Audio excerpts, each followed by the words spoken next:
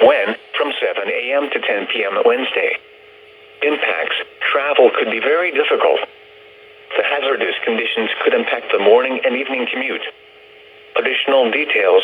Snow. Heavy at times Wednesday morning and afternoon transitions to a wintry mix of sleet, freezing rain and rain Wednesday evening.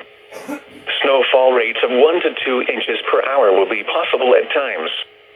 Areas of blowing snow could develop Wednesday afternoon and evening.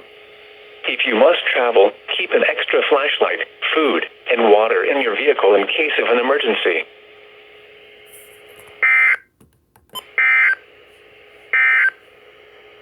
At 3 p.m. Eastern Standard Time.